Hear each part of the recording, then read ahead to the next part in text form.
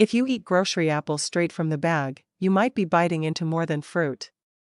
Every apple wears a thin coat of wax, invisible, but enough to dull its real flavor. Once you take that layer off, everything changes.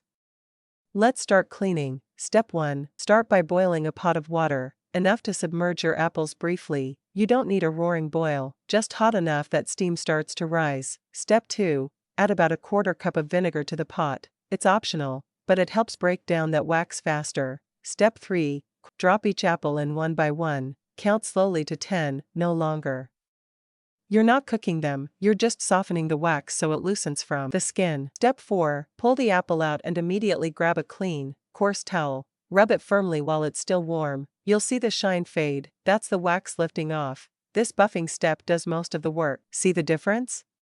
Dull means clean. Step 5. The lemon baking soda method. For deeper clean, slice a lemon in half. Dip the cut side into dry baking soda. It'll fizz slightly. Now use that lemon like a scrubber and work it around the apple skin. The acidity and abrasion cut through any leftover wax naturally.